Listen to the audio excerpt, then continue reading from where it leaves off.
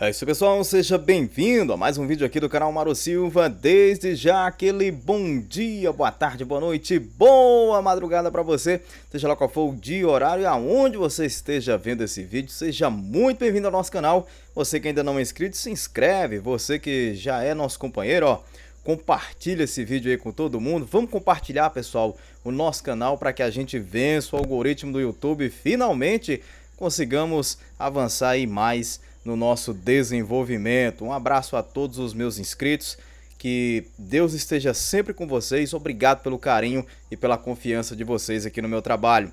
Bom, pessoal, tendo dito isso, confere aí se o sininho das notificações está ativo também, né? E marca lá todas se você ainda não marcou. Vamos pro vídeo de hoje, que tá bem interessante, fala sobre, olha só, a tentativa de ridicularização da direita e dos conservadores. Bom, talvez você esteja se perguntando que tema doido é esse, que tema grande, né? O que acontece? Pessoal, olha só, quando nós temos no Brasil o cenário de que um lado começa a enxergar que aquilo que acontecia lá atrás estava realmente errado e começa a perceber que agora tem voz para falar, tem força para falar que aquilo estava errado, o outro lado tenta tirar isso das costas, dizendo que o outro lado, que está enxergando as coisas erradas ali, que eles é que são doidos, que não estão batendo bem da cabeça, que tal, e não sei o que, e que é teoria da conspiração, que é chapéu de alumínio.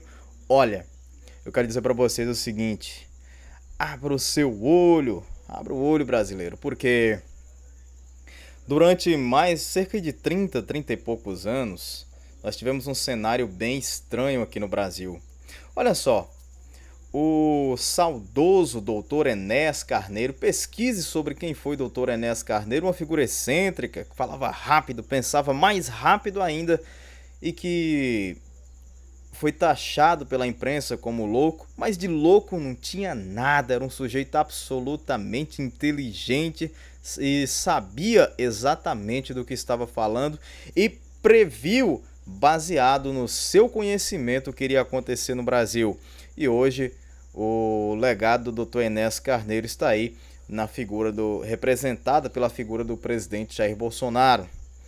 Bom, gente, eu vou explicar para vocês do que eu tô falando aqui para o pessoal que está chegando agora, que não está entendendo. Eu sei que a maioria de vocês já sabe, mas eu tenho que contextualizar tudo aqui. Durante os últimos anos aí, desde o final do século passado até agora esse começo desse novo século, o que aconteceu?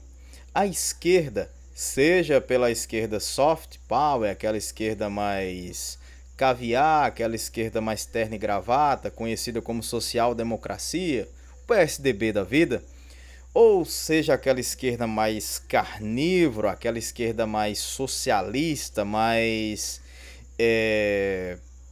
proletariada, mais revolucionária de fato, mais marxista, vamos dizer assim, seja de um lado ou de outro, essa esquerda sempre esteve no poder do Brasil.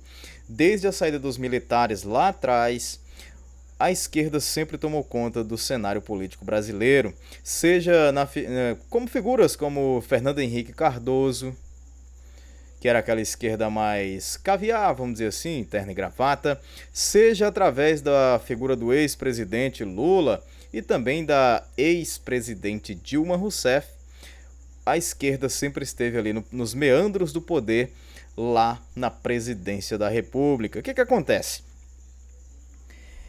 Esse pessoal, eles vinham fazendo com que muita coisa estranha fosse sendo feita ali por debaixo dos panos, para que no futuro o Brasil se transformasse numa república socialista ou com muito do socialismo. Não totalmente socialista ou até totalmente socialista, mas ali de uma forma que a população não percebesse. Porém, em alguma medida, sujeitos como o senhor, como doutor, né, finado doutor Enéas Carneiro, saudosíssimo, ele quebrou ali esse plano que era passar por desapercebido ou despercebido ali e ir costurando esse socialismo marxista dentro do Brasil ali, por dentro das entranhas do país, do sistema que rege a todo o país.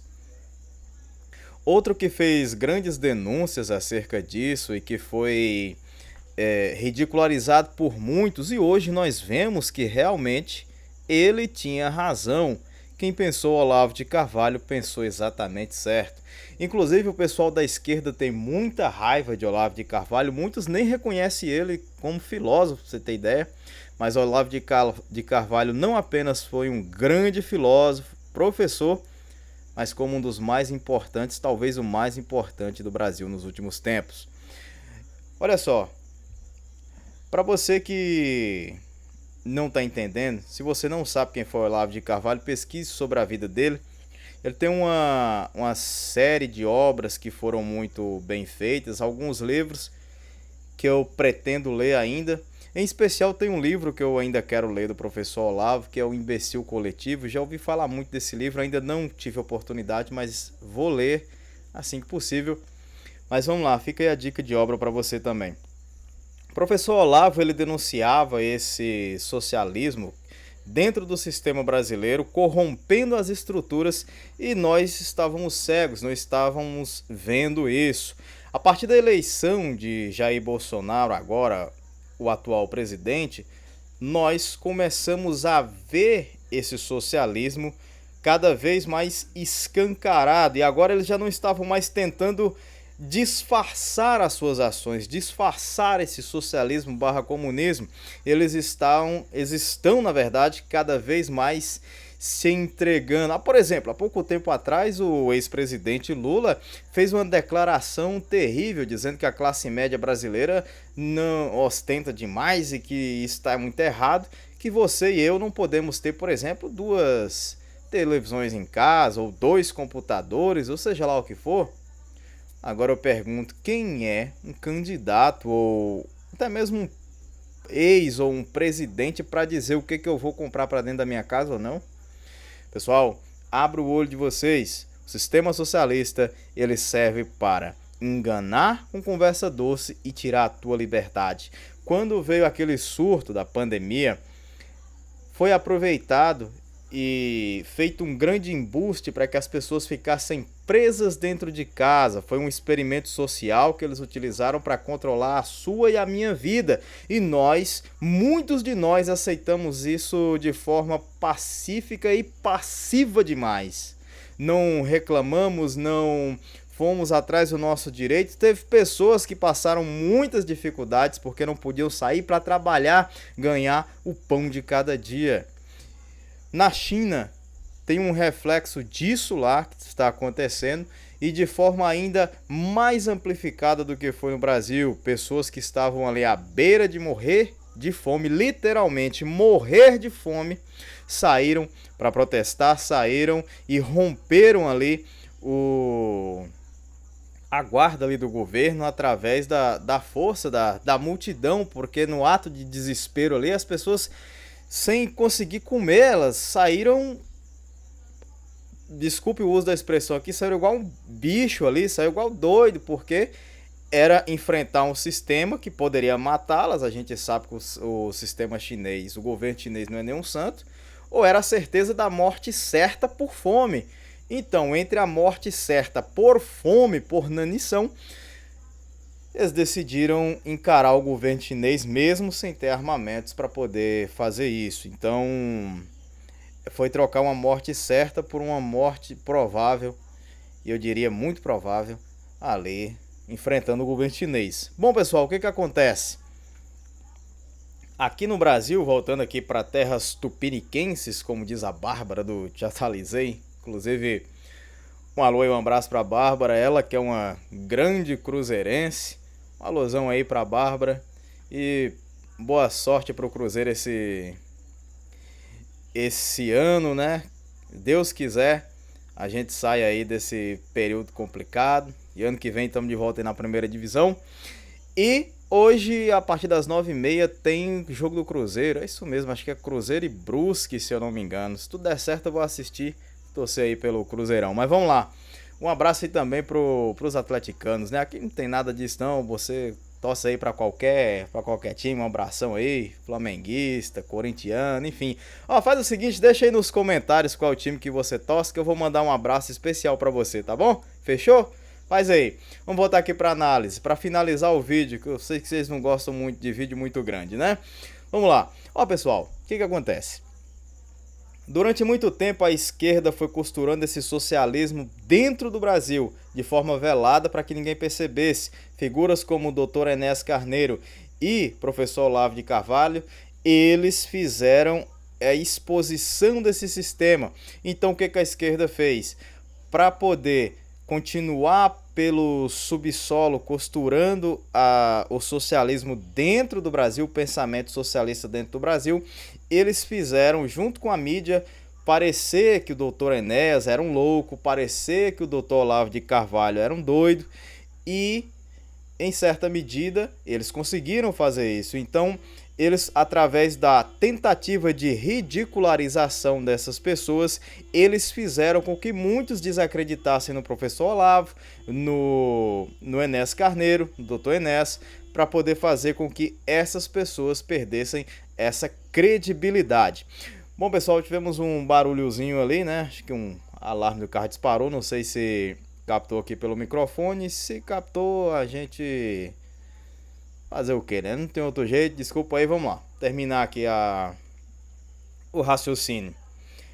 Quando esse pessoal tenta transformar o professor Olavo numa espécie de maluco, tenta transformar o doutor Enéas numa espécie de maluco, é porque eles sabiam do perigo potencial que isso poderia causar nos planos deles. É tanto que muitas pessoas começaram a se despertar. Você olha aí o Alan dos Santos, o Max Cardoso, você olha o Moisés do Pátria e Defesa, você olha vários, a Bárbara do Te Atualizei que eu falei aqui, muitos youtubers por aí, tem o Questione-se do Renato Barros, enfim, se você começar a procurar, você vai encontrar uma infinidade de youtubers aí agora que ou leram Olavo de Carvalho, ou se baseiam ali nas falas do Enéas Carneiro, ou tudo isso e mais um pouco, estudaram pra caramba. Você vê a Ana Paula Henkel lá na Jovem Pan, Pingos nos Is, que eu tenho até as minhas ressalvas ali do programa, mas pelo menos é um programa plural, que tem ali ideias dos dois lados. Tem gente que acha que o Pingos nos Is é um programa de direita, não é de direita, tem 2 ou 3 pessoas ali que falam sobre um ponto de vista mais à direita, tem outros mais ao centro, uns mais à esquerda, enfim, é um programa mais diverso, isso até que é legal, mas não compre o Pingo nos Is como um programa sendo de direita, não é, tá bom, pessoal? É um programa plural, vamos dizer assim, e isso já é muito bom, isso é legal.